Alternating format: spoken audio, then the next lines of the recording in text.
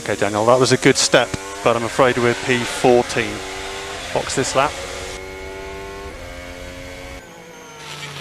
Okay.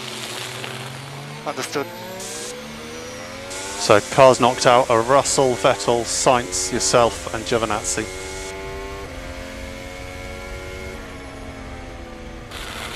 Okay, yep. Alright, I don't have much of an answer for today, but we'll figure it out.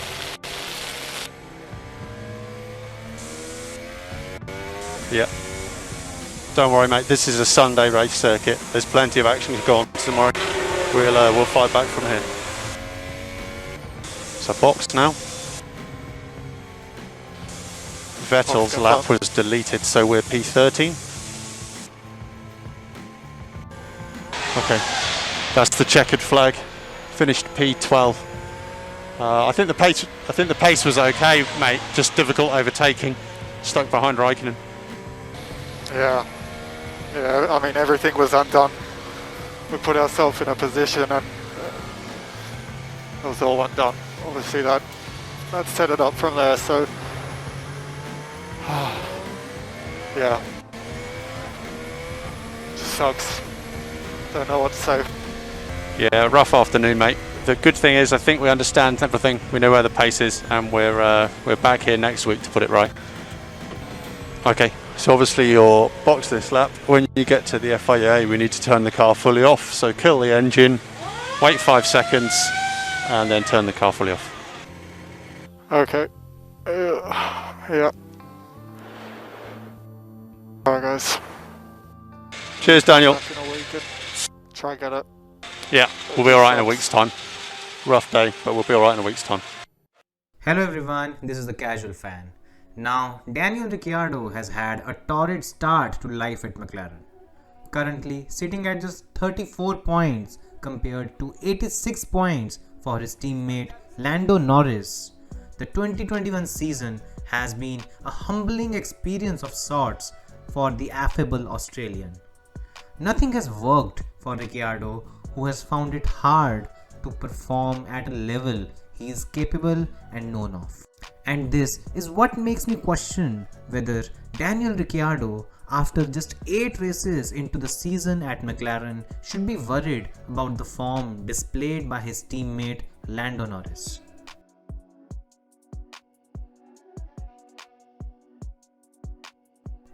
Now, in more ways than one, Lando Norris has been a revelation this season.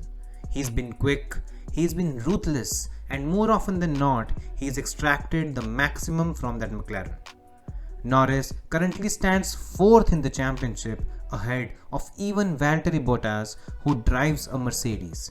And such has been the display from the McLaren driver throughout the season that it would be hard to see anyone else take the best of the rest title from him this season. Even in the past 2 seasons, Norris had shown signs of brilliance. In the first 2 seasons with McLaren, there used to be a weekend here and there where he would just dominate his teammate and show the potential of being a top driver. However, throughout that time, he was unable to do it on a consistent basis. There would be a weekend here and there where he would perform at a very high level. But then, for one reason or the other, he would have a couple of average weekends that would normalize everything. And that was why Carlos Sainz was able to beat him during their time together. This season, however, he seems to have a ruthless edge about him.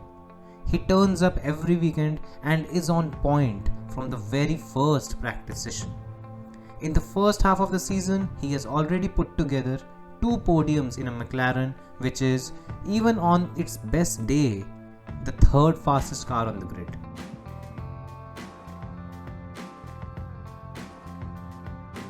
Ricciardo, on the other hand, has just not looked like himself at any point this season. He's found it hard to adapt to the McLaren, and with Lando Norris driving as well as he is right now, it's starting to pile up even more pressure on the Australian, who is arguably for the first time in his career struggling to come to grip with the car at his disposal. This season, out of the 8 races, Norris has finished ahead of Ricciardo in 7 of them and has 2 podiums compared to 0 for Ricciardo and has more than double the points. Evidently, the fun-loving Daniel Ricciardo in and around the paddock has not had too many moments to rejoice this season, and by the looks of it, he is still nowhere close to being as comfortable with the car as his teammate. Stepping into McLaren, arguably my biggest fear for Ricciardo was the fact that he might not be heading to a race-winning car anytime soon. I'd even made a video around that talking about how the clock was ticking on Ricciardo's career. However, at any point, I'd never thought Ricciardo would face the kind of trouble he's facing at McLaren right now. Ricciardo was supposed to beat Lando Norris and he was supposed to do it comfortably. This season, however, after 8 races have already been completed, he's beaten Norris just once, and this should be a cause of concern for Ricciardo.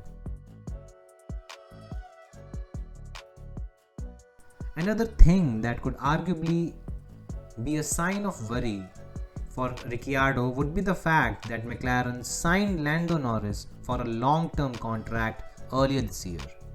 This shows that the team has faith in the youngster and is looking to bank on him for the future. What that also means is that Ricciardo, who is just on a 2-year contract, cannot afford to get beaten by Norris any further. He joined the team as its star signing this year and was supposed to lead the team to the front of the midfield. None of these things have happened as Lando Norris has leveled up considerably compared to last year and is starting to assume the role of a team leader within the team. Now, Ricciardo went through a similar situation at Red Bull when Max Verstappen came into prominence and the whole team started to lean in his direction. At that point, Ricciardo opted to leave Red Bull and look elsewhere. In his 30s right now, Ricciardo might not have too many avenues to go to if Norris assumes the role of a team leader at McLaren. And at that time, what could be his next step other than playing a supporting role to Norris? At the end of it, I just want to say that, at least in my view, Daniel Ricciardo is one of the best drivers on the Formula 1 grid right now and is one of the more likable drivers on the grid. However, if it does not turn things around at McLaren and start beating Norris, the future might not look too bright for the Australian.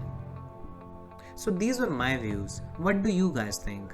Do let me know in the comment section and please like, share and subscribe if you liked the video. Thanks for watching and see you next time.